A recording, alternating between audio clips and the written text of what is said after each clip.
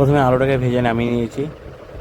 এরপর পেঁয়াজ, শুকনো লঙ্কা, তেজপাতা দিয়ে একটুখানি কড়াইতে একটু ভেজে নেব।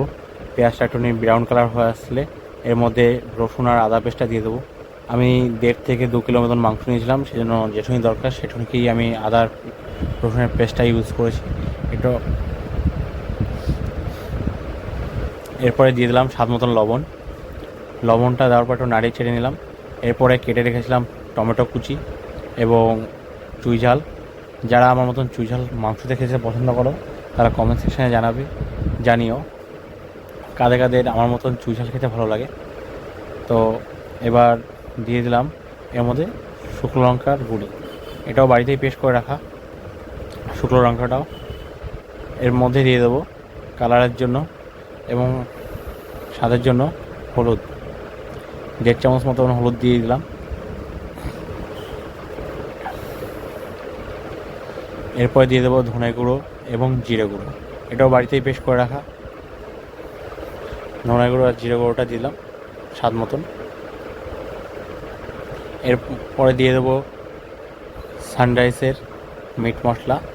যারা যারা মিট মশলা খেতে পছন্দ করো তারা মিট মশলাটা ইউজ করতে পারো, আর যাদের পছন্দ নয় তারা নাও দিতে পারো। চলুন মশলাটা দেওয়ার পরে মশলাটা একটু ভেজে নেব।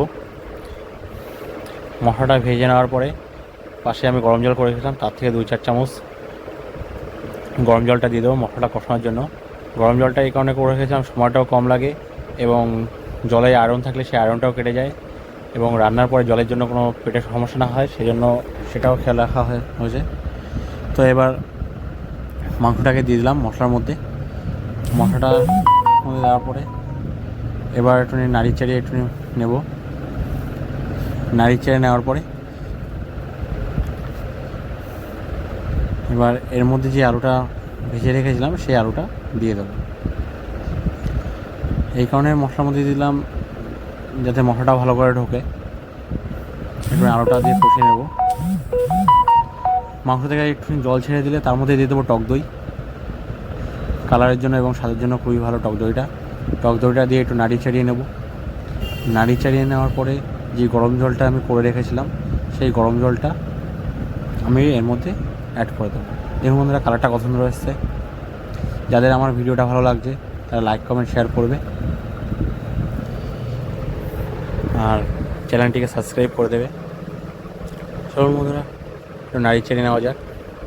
নাড়িয়ে চেড়ে নেওয়ার পরে এর মধ্যে বাড়িতেই গরম মশলা গুঁড়ি করে রাখা হয়েছিল, গরম মশলা গুঁড়ি করে রেখেছিলাম, সেটাই এর মধ্যে অ্যাড করে দেবো।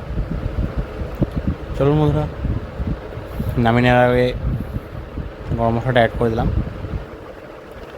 তো যাদের আমার ভিডিওটা ভালো লাগছে তারা অবশ্যই লাইক কমেন্ট শেয়ার করবে, চ্যানেলটিকে সাবস্ক্রাইব করবে। চলুন এবার নামিয়ে নেওয়া যাক। ভিডিওটা এখনের মতন ইতি। যাদের আমার ভিডিওটা ভালো লাগলো